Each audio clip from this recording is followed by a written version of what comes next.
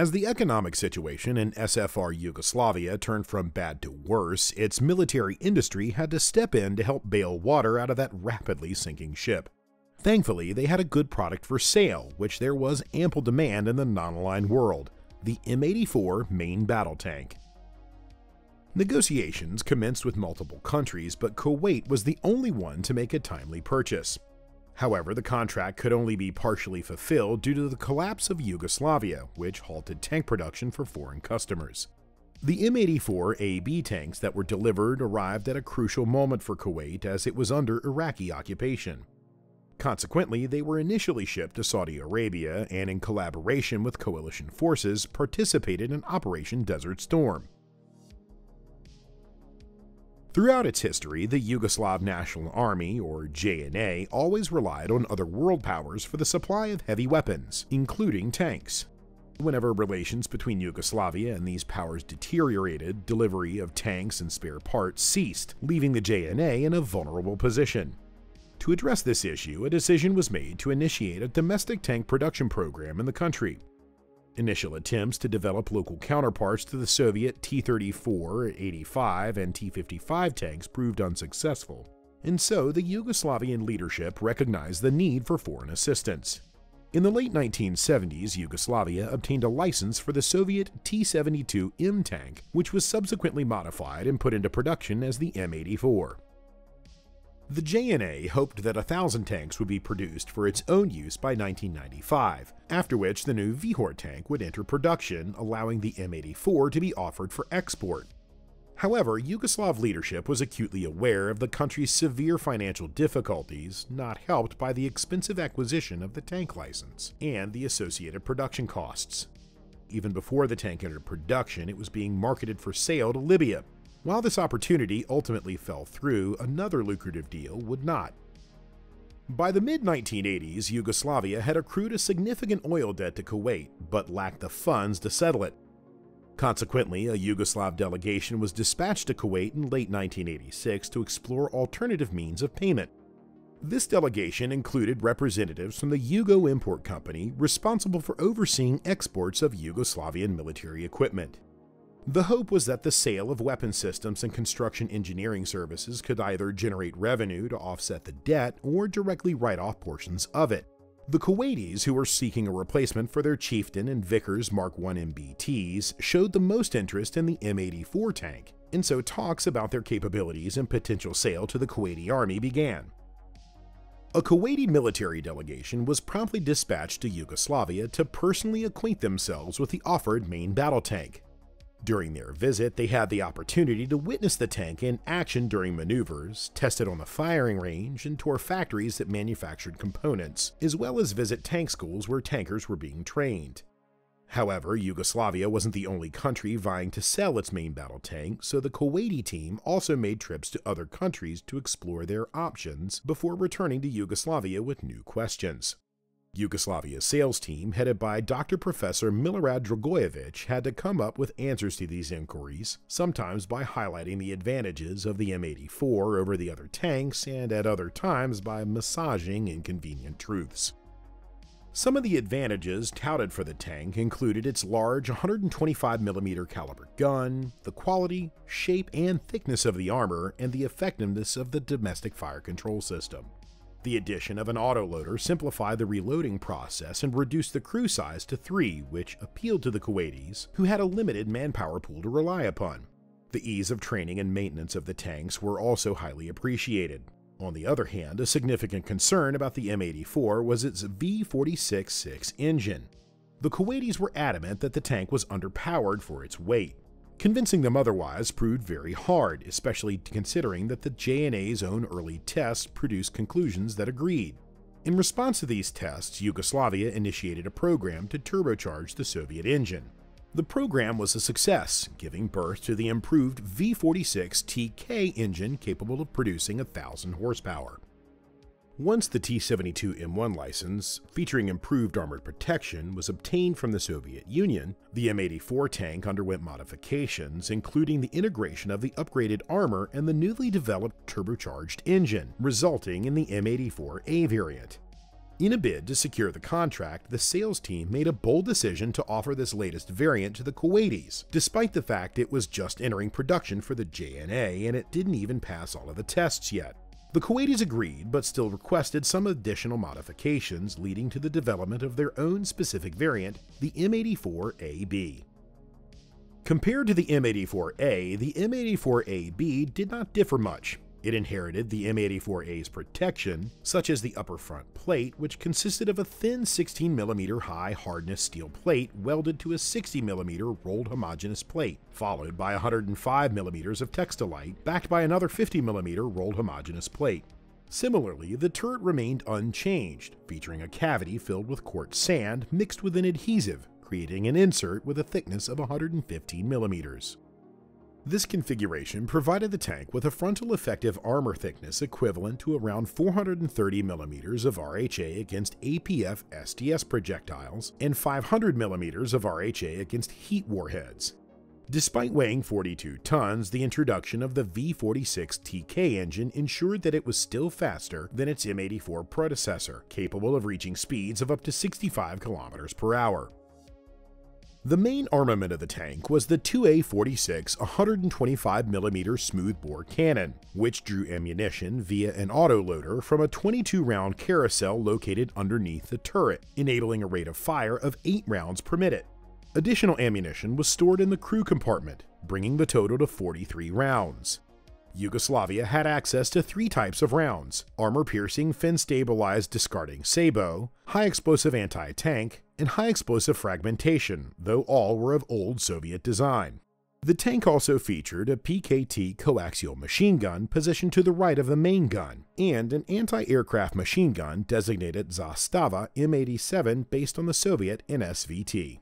Defensive systems of the tank included 902A Tucha smoke grenade launchers, in-base protection, and an automatic firefighting system. Externally, the main differences between the two tanks included a new sand-colored camouflage, a revised layout of the smoke grenade launchers, the addition of a winder box for the telephone cable at the back of the turret, and the installation of a searchlight to the right of the main gun. In response to Kuwaiti requests, newer tracks with removable rubber pads were introduced to improve performance on paved roads and prevent damage to the pavement. Inside the tank, everything was translated into Arabic, although this didn't prove very helpful as many Kuwaiti crews were illiterate. The Yugoslavian Route 1 radio was replaced with 2 Tiger or Jaguar radio stations manufactured by Rakaldana. 2 stations were installed to enable each tank to act as a radio repeater, extending the signal coverage area. These radio stations featured a hopping system capable of rapidly switching frequency channels up to 30 times per second. Additionally, plastic helmets for the tankers made by Rakaldana were introduced, as Yugoslavian Slimophones were not compatible with their radio equipment. Modified DNNS-2A 6400 sights were installed on all Kuwaiti tanks. These also featured a key instead of a switch for activating the laser, although this proved to be a less than ideal solution as the keys were prone to getting lost. In addition to the modifications to the gunner's sight, adjustments had to be made to the software of the fire control system to accommodate an expanded temperature range. Efforts were also directed towards redesigning certain components of the tank that proved problematic in the past, such as the telescopic meteosensor carrier and the lowering mechanism for the gunner's sight protective cap. Interestingly, despite the hot desert environment that tanks were expected to operate in, 2 modifications that were not requested were an air conditioner and improvements to the air filtration system, which seemed to have coped with the Kuwaiti fine sand surprisingly well. Nevertheless, the resulting M-84AB tanks and their subvariants became the best variants of the M-84 tanks in the world, even surpassing the Yugoslavian M-84 variant produced for the JNA, as the Kuwaiti tanks incorporated various small fixes that had not been implemented in the domestic variant. Unlike the Soviet Union, which was somewhat infamous for exporting the so-called monkey models of their military vehicles, the Yugoslavian leadership certainly did not mind exporting the best possible weapon systems, as it was hoped that the good construction quality and strong performance of the M-84AB tank would prompt additional export deals, both with Kuwait and other Arab countries. In addition to the M-84AB, 2 subvariants of the tank were also developed. The M-84ABN was designed as a navigational tank, featuring navigational equipment of questionable effectiveness produced by an Austrian company, Teldix. The M-84AB was a command tank variant equipped with the same navigational equipment as well as an additional third high-power radio station, further reducing available space in an already cramped turret. Consequently, some ammunition rounds had to be removed from the tank to accommodate these additions. Before the contract was signed, the Kuwaitis wanted to test the tank in their own country first. As no M-84As were yet available, Yugo Import took the liberty of commandeering a number of standard M-84s from the 211th Armored Brigade stationed in Niš, much to the displeasure of the JNA. These tanks were sent to Kuwait, where they successfully passed all trials by the end of 1988.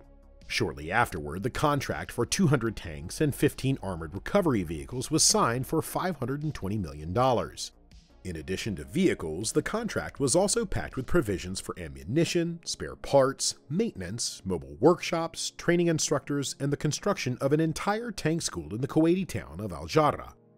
M-84AB tanks were rushed into mass production, reducing the M-84A production order to just 80, also much to the displeasure of the JNA. To finance this production, Kuwait agreed to pay 30% of the contract sum in advance. Unfortunately for Kuwait, no M-84AB tanks were delivered before the Iraqi invasion of the country commenced in August of 1990. The few present M-84s seemingly saw combat, valiantly defending the Emir's Dazman Palace until it was overrun. What happened next to these tanks isn't entirely clear. A couple appear to have been captured by the Iraqis in good condition. One was shown during the military parade on the 31st of December 2000. At least one Iraqi M-84, possibly the same from the parade, participated in the 2003 Iraq War before getting cooked by a coalition airstrike. One Iraqi M-84 may also have been captured by US forces and is now used for op-war training in the United States. The first two M-84AB deliveries happened in January and February of 1991. Since Kuwait was under Iraqi occupation at the time, 71 tanks in total were delivered to the Jeddah port in Saudi Arabia instead.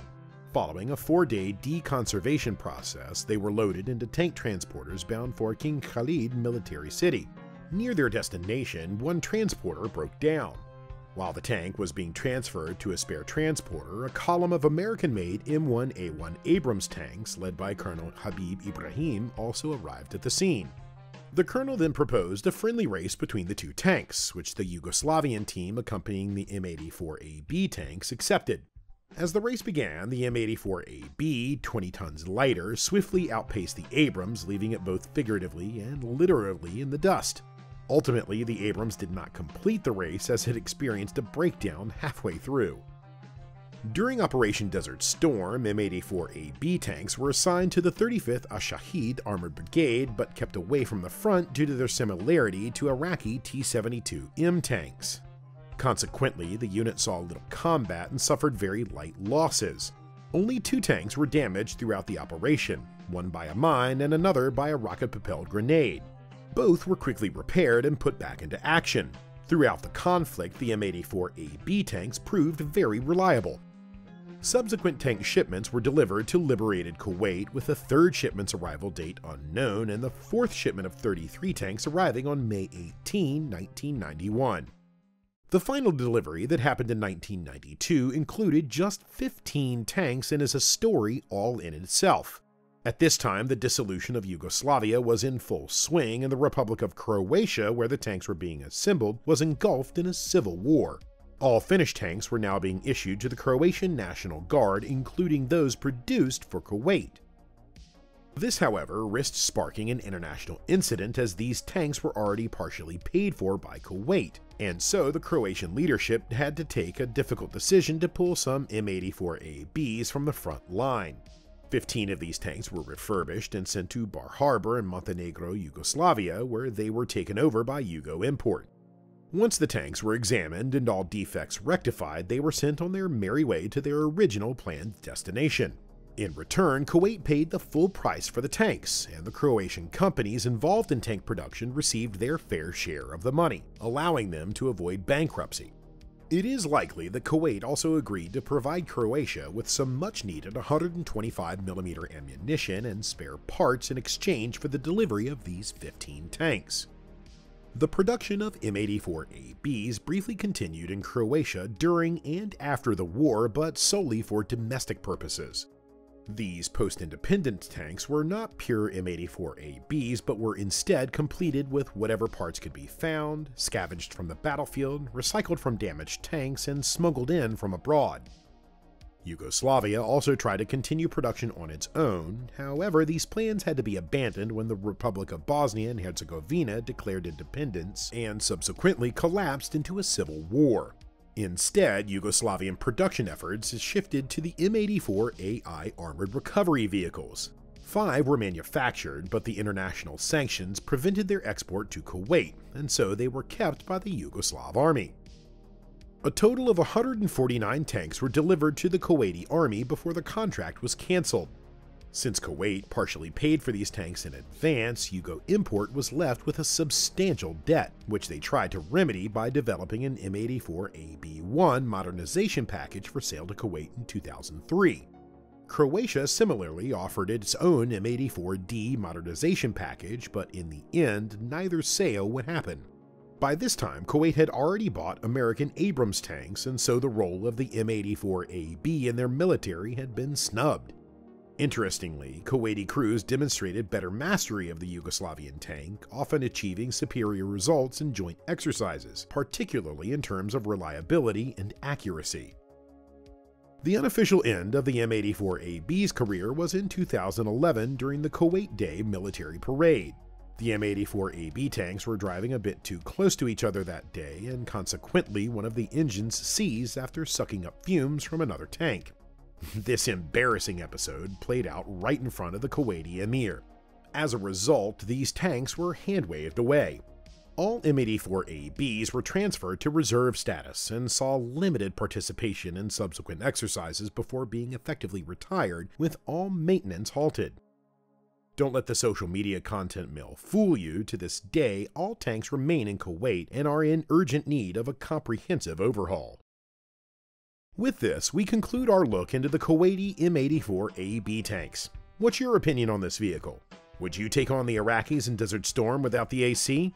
Tell us in the comments below, and don't forget to subscribe if you haven't already. We may be a bunch of tank nerds, but just like Yugo Import, we also need a little money to keep the wheels turning. If you like what we do and want to support our work, you can do so via the Patreon or by PayPal. Until the next video, keep us in your sights.